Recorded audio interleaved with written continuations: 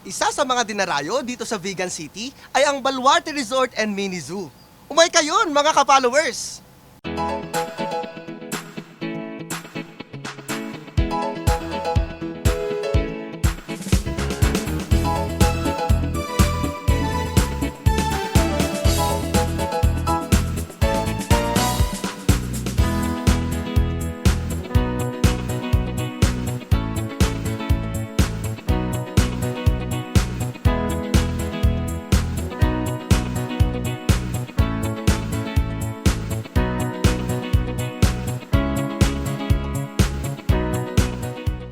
Matatagpuan din dito sa Vegan City ang mga sikat na jar making o paggawaan ng palayok dito sa Pilipinas, ang pagburnayan.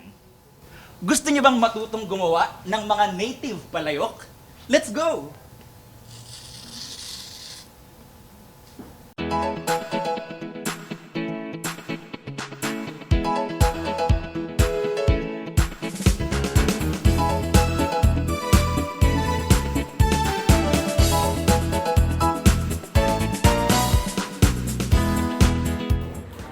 Mga kapamilya, mga ka-followers, pero ang pinakasikat na atraksyon dito sa Vegan City at hindi pwede ma-miss out ng mga turista ay ang Calle Crisologo. Yan, itong kahabaan na to, kung saan makikita ang century-old stone houses, mostly sa Spanish era. Kaya samahan niyo po kami sa historical na lugar na to.